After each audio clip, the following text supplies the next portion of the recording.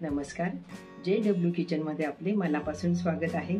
आज आपण नागपंचमी स्पेशल अशी पौष्टिक व चविष्ट अशी पारंपरिक पद्धतीने गव्हाची खीर करणार आहोत। त्यासाठी लागणारे साहित्य याप्रमाणे आहे। येथे मी 1 वाटी गहू गाळून निवडून 2 वेळा पाण्याने स्वच्छ धुवून 2 तासापूर्वीच पाण्यात भिजत ठेवलेले आहेत। पाऊण वाटी गूळ, थोडे काजू बदाम घेतले आहेत, पाव चमचा जायफळ पावडर, थोडा सुक्या खोबऱ्याचा भाजलेला किस घेतला आहे। येथे मी एका भांड्यावर चाळणी ठेवली आहे। आता पाण्यात भिजलेले गहू आपण चाळणीत काढून घेऊ। हे गहू मी साधेच घेतले आहेत। आपण पोळ्यांसाठी जे गहू वापरतो ना तेच गहू घेतले आहेत। खपली गव्हाची खीर छान होते।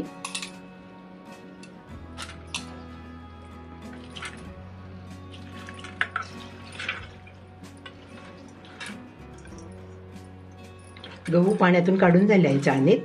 आता 5-10 मिनिटं आपण हे पाणी निथळत ठेवून देऊ गव्हांना। चाळणीत काढून ठेवलेले गहू आपण या कपड्यावर टाकून घेऊ।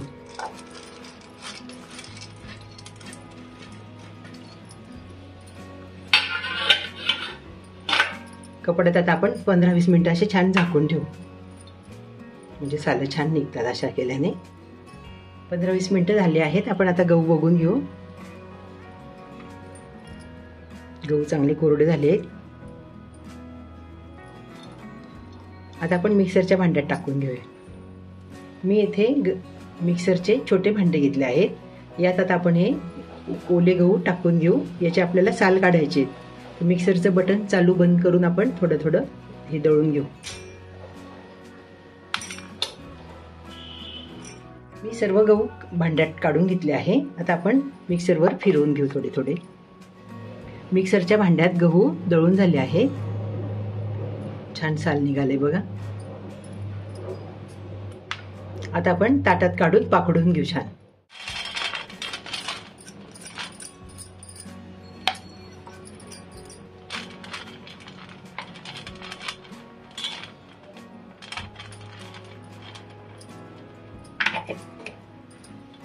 आता आपण हे साल पाकडून घेऊ।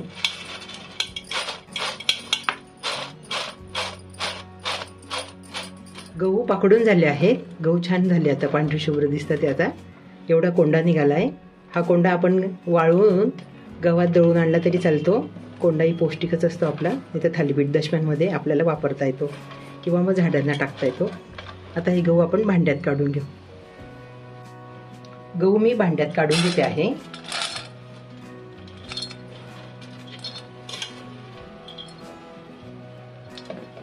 मी शेगडीवर कुकर ठेवला आहे। त्यात आता आपण 4 वाट्या पाणी टाकून घेऊ। आपण 1 वाटी गहू घेतले होते। आता आपण 4 वाटी पाणी गरम करायला ठेवून देऊ।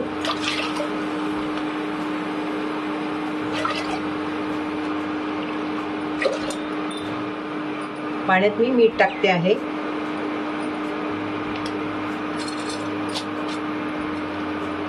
त्यात आता हे आपण पाकडून घेतलेले गहू टाकून घेतो आहे।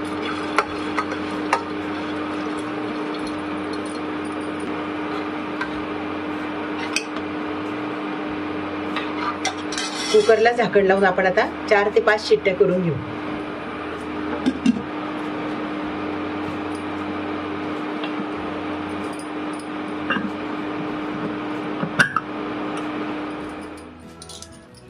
कुकरच्या 4 शिट्ट्या करून झाल्या आहे। कुकर गार पण झाला आहे। आपण आता उघडून बघू। गहू शिजल्याचा मस्त सुगंध दरवळतोय। छान मऊ शिजले गहू, छान मस्तच। आता आपण जरा रवीने घोटून घेऊ गहू।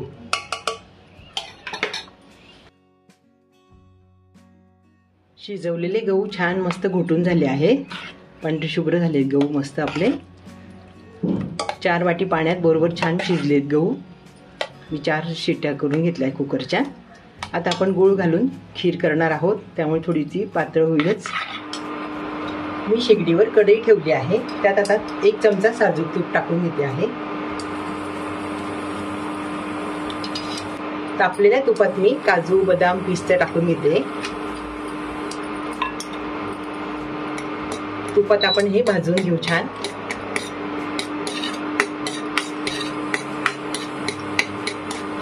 काजू बदामचे काप मी तुपातून काढून घेते आहे. कढईत मी आता शिजवलेले गहू टाकून घेते आहे.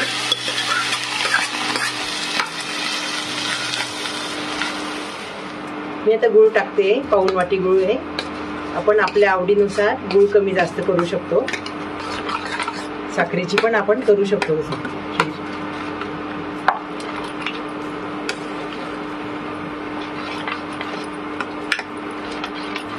गूळ टाकल्यावर खीर सारखी हलवत राहायची, नाही तर खाली चिकटायची हे असते.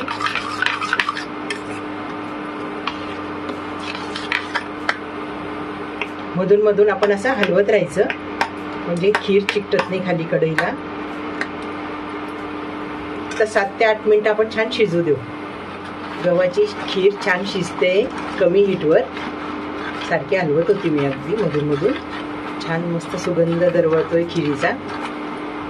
पौष्टिक खीर आहे अगदी छान. ही खीर मी माझ्या आजीच्या पद्धतीने बनवली आहे. माझी आजी, आई, सासूबाई याच पद्धतीने खीर बनवायच्या. खूप चविष्ट होते अगदी खीर. खिरीतनं मी आता किसलेलं खोबरं टाकून घेते. आपण खोबऱ्याची कापही टाकू शकतो.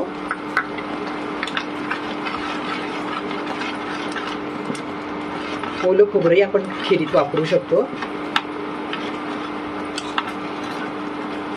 जायफळ पावडर टाकते.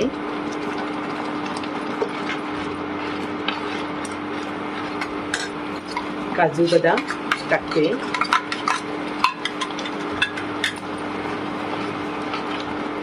खीर छान उकळली आहे. मी आता हीट बंद करते. मी खीर आता प्लेटमध्ये काढून घेते.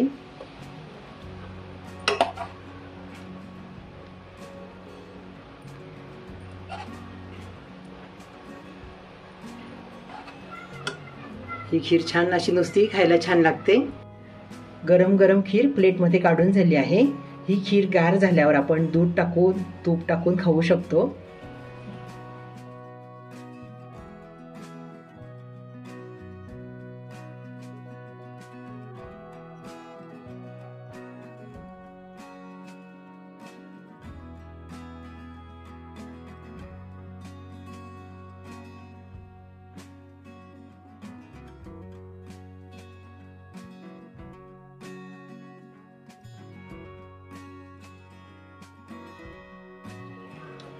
गरमागरम पौष्टिक खीर तयार झाली आहे.